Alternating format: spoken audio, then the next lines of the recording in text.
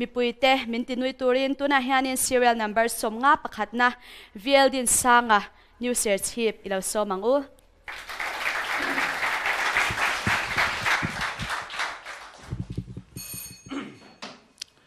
kan thian palo ma kha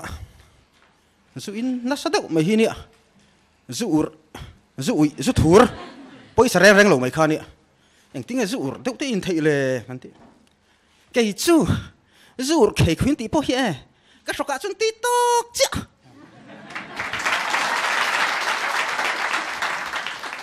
kan chan hi changa pui hiang mai ni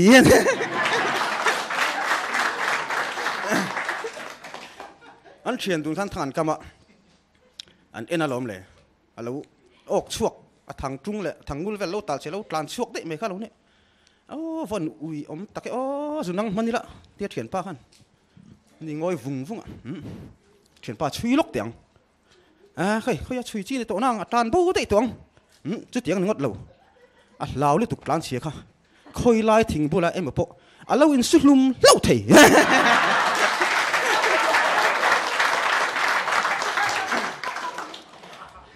Gateway Enterprise kha an fakha lo huwa TV khan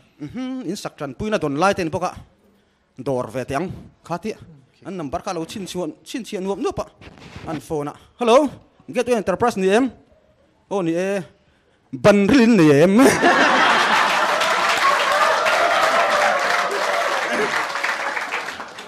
chu tiang kan nei phin then lo gan lo te kan thian pa du po kha min ra la lo in thiara azrui kha in nei tu pan va mule ava musi nang khanga tinge khaten thiar ngota I fa sak lo vet ngani ti beng thui me ani ngo rang me en kal me ai ha tha thui thui chuak wanga in chunga valut dar thlang ma in tuai poka ka e ani mai ni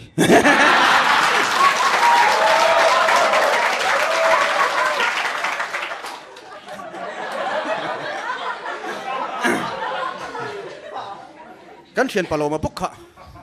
trong kam hi anei mak sak ve thina a ko that lo ten ka ko thalo ti ve mai om e ka ke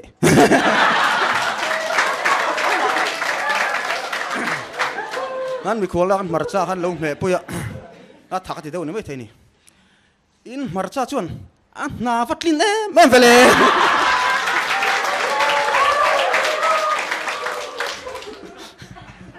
an chung ko kan chang che ve khop maya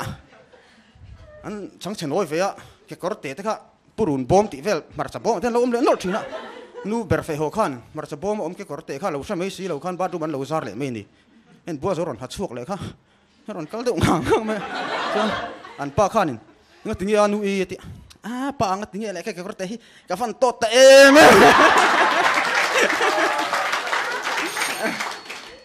hello me